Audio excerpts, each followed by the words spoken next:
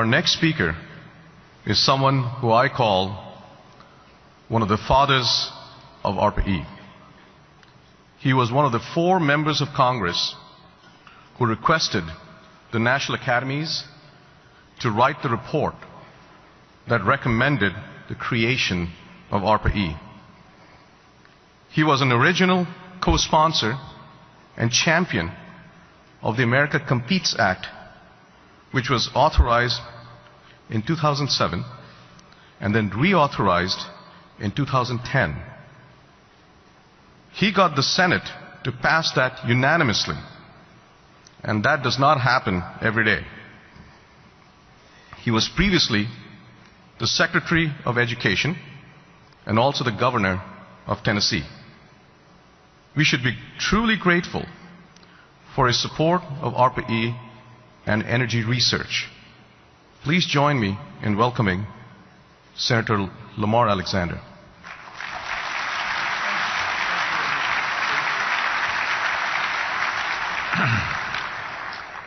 Thank you, Arun, and thank you for your tremendous service to our country. My job is to introduce Fred Smith. Fred Smith and ARPA-E are a perfect match. Both believe in innovation. The difference is one has a little more experience than the other.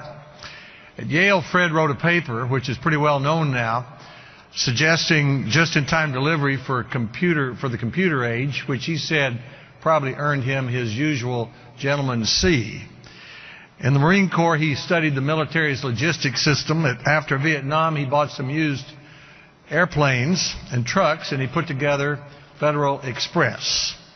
Thomas Edison said he failed to succeed, Thomas Edison, 10,000 times before he finally produced the light bulb. Fred Smith hasn't known many failures, but like Edison and most daring innovators, he's probably failed to succeed once or twice. For example, in the 1980s, he was trying to figure out how the new fax machine might affect FedEx Express, and his conclusion was that customers would walk down to the street corner where there would be a FedEx fax machine, and they would send and receive their faxes that way. Well, the fax didn't quite work out that way, but almost all of Fred's other innovations have been enormous successes. He is a rare individual who has not only founded a company, but has stuck with it through all of its iterations until it has grown to be an employer of about 300,000 people and one of the most admired companies in the world. Today he's still innovating, this time with electric vehicles.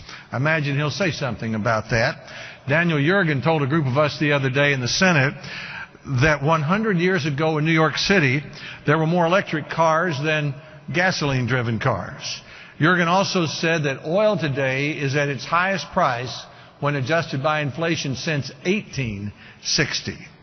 And we all know that probably the greatest untapped resource we have in America for energy is the unused electricity that could be generated at night from our existing power plants. So much electricity that if we electrified half our cars and light trucks, we could plug them all in at night at low cost while we sleep without building one new power plant. Ross Perot had basically the same idea in the 1960s when he noticed that the banks in Dallas were locking the doors at 5 o'clock and locking their big new computers inside. So Perot offered to buy cheap computer time at night that wasn't being used, and then he went to governors and said, I can manage your Medicaid data more cheaply, and he made $1 billion. One of these days, I suspect someone's going to figure out how to make $1 billion with our unused electrical capacity. Since World War II, it's hard to think of a major advance in the biological or physical sciences that's not been funded, at least in part, by the federal government, usually through our laboratories and research universities. In that tradition, ARPA-E is a small but exciting agency that can have a huge impact upon our nation's ability to find new sources of cheap, clean energy. I'm a strong supporter of ARPA-E, which, as Arun said, came out of the Rising Above the Gathering Storm report. And I'm a great admirer of Fred Smith, who is the only person in the world I know who all by himself is a walking global economic indicator. Ladies and gentlemen, Fred Smith.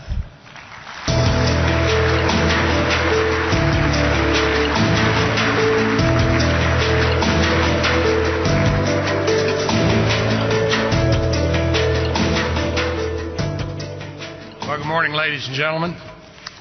I'm glad to be here today. Thank you for that kind introduction, Senator Alexander.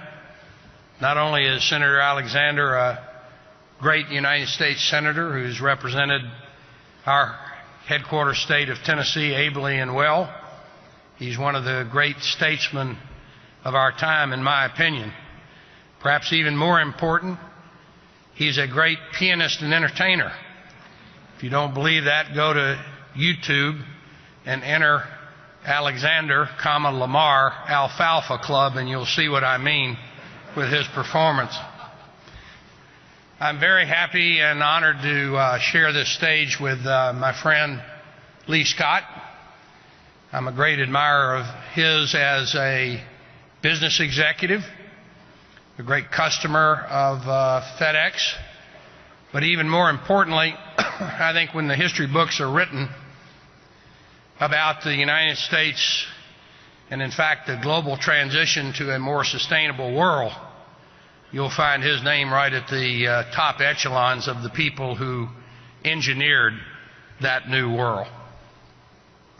Now, the mission of ARPA-E is, as I think you know, to reduce energy-related emissions, to reduce energy imports, and to improve energy efficiency through advanced disruptive technologies. I was introduced to ARPA-E by Senator Alexander, and Arun mentioned the fact that he's one of the fathers of this very important initiative. And oftentimes it's been my experience that things that are truly important are not necessarily the biggest in terms of budget, the biggest in terms of the number of people involved, but there are organizations which have a very disproportionate influence on events. And I'm absolutely convinced that Arun and his team fit that category. Now, I became exceedingly interested in this subject a long time ago. In the early days of FedEx, our nascent company was almost killed in the cradle by the first Arab oil embargo. When the price of fuel ran up, the government took over control of the supply of petroleum. You had to receive allocations based on previous usage of petroleum, and of course with no record of petroleum usage, we had to fight very hard to get some. So from that point forward, you can imagine it's been an issue of exceeding importance to us. Now today, FedEx has 4 major divisions: our worldwide express operation, which operates about 700 aircraft, our ground parcel company, our FedEx Freight division, and our retail operation. All told, between our airplanes and our vehicles, which number well in excess of 90,000, of which a quarter or more of the large over-the-road vehicles, the FedEx systems burn well in excess of 1.6 billion gallons of fossil fuels every year. Now you can do the math. Just drive up to your local gasoline station tonight, and as Jerry Garcia one time said, to paraphrase him, something just got to be done, and it's a damn shame it has to be us to do it. So FedEx, with that level of use of fuel and the history that I mentioned to you, became exceedingly interested on what the United States could do about our dependence on imported petroleum. Now, why is that such an issue? As I mentioned, in the early days of FedEx, we had our first exposure to OPEC, which, as you know, is a pricing cartel that manages the supply of oil, and through withholding or adding oil to the global supply, attempts to maintain an orderly market. Today, most people think that the Saudis, who have the lever of the reserve supply, need about $94 a barrel in order to meet their social obligations. Whatever the bottom line is on OPEC's pricing outlook, however, I can assure you that the United States cannot operate as a growing industrial society without access to low-cost energy. If you really think about it, the history of the industrial world is the adoption of energy to produce wealth and to produce economic activity. To those ends, we burn today about 19 billion barrels of oil per day. And of that, about 50 to 60% of it is imported. Now, some of it comes from friendly locations like our neighbors to the north in Canada and our neighbors to the south in Mexico. But the reality is that 90% of the worldwide proven oil reserves are owned by national oil companies, which in turn are often owned by governments who do not share the same values and whose interests are often inimical to those of the United States. So we at FedEx have long believed that after nuclear proliferation and terrorism, our dependence on this imported petroleum constitutes the country's largest national security risk and our largest economic risk. You'll recall in the summer of 2008, just before the subprime mortgage meltdown, a barrel of oil went up to $147 a barrel. And I think in retrospect it's very clear that that increase in oil prices and the cost of gasoline at the pump was the match that lit the bonfire that brought about the meltdown that created the greatest contraction since the end of World War II. So this is an enormous issue, and as a consequence of that, we became involved with a group of 8 retired military senior officers, 4-star admirals and generals, whose careers had been largely involved in protecting the oil trade because of this tremendous dependence the United States has on imported petroleum. And we set up, along with about 8 CEOs of companies that used a lot of petroleum, like FedEx, UPS, Southwest, Royal Caribbean Cruise Lines, and so forth, an Energy Security Leadership Council whose mission was to look at this problem and to come up with some recommendations to the President and the Congress of the United States, which we did.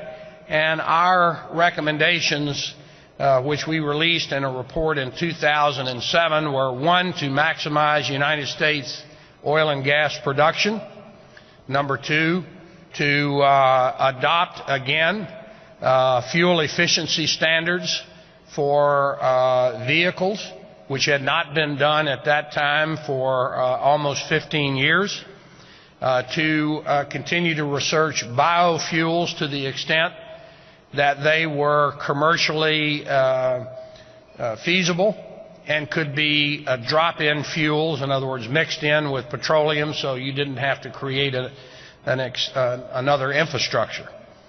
And then, as a result of our research, we continued to look at the potential for really transformative technologies to reduce oil consumption in general and this dependence on imported petroleum from these very unstable areas of the world where we've fought, as you well know, in the last decade, 2 shooting wars with 5,000 young men and women killed and thousands more maimed and wounded.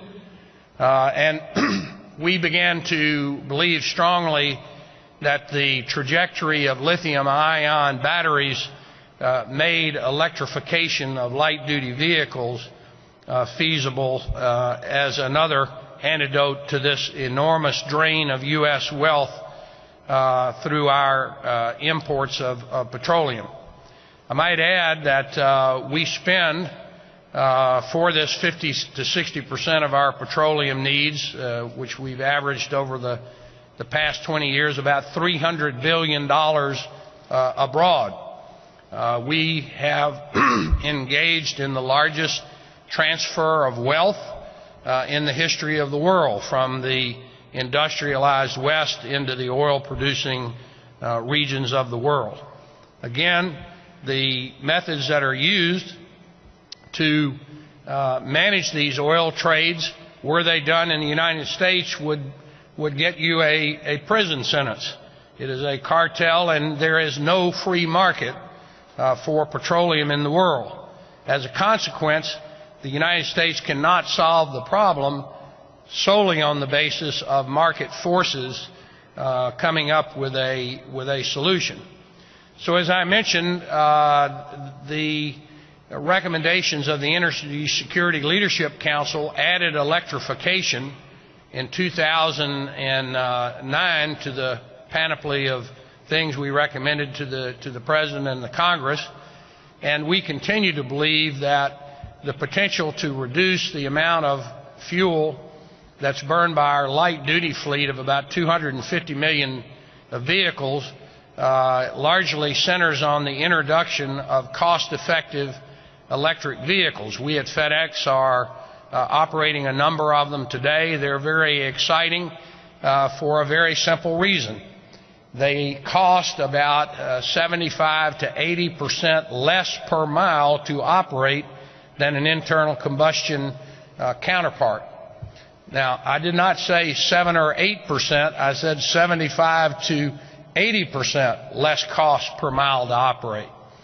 So the issue at this point, because the distribution system, the basic distribution system of power generation in the United States already exists, as Senator Alexander mentioned, is to get the cost of batteries to the point where the capital cost of the vehicle is competitive with an internal combustion engine. I was very excited when I heard of the press announcement by Envia, I hope I pronounced the company's name right, yesterday, which is a company that was funded in part by ARPA-E and by private funds, that seems to have had a significant breakthrough in battery density and cost performance. It's also funded in part by General Motors, and that's significant in itself because, as you know, General Motors has introduced the transformative Volt, and so there's a high likelihood that this breakthrough in battery technology within the next several years will be incorporated into production vehicles. On an equivalently exciting basis, I think, is the technology over the last few years in natural gas production in the United States that has taken our reserves from just a few years ago, estimated to be about 15 years at current consumption rates, to over 200 years at current production rates.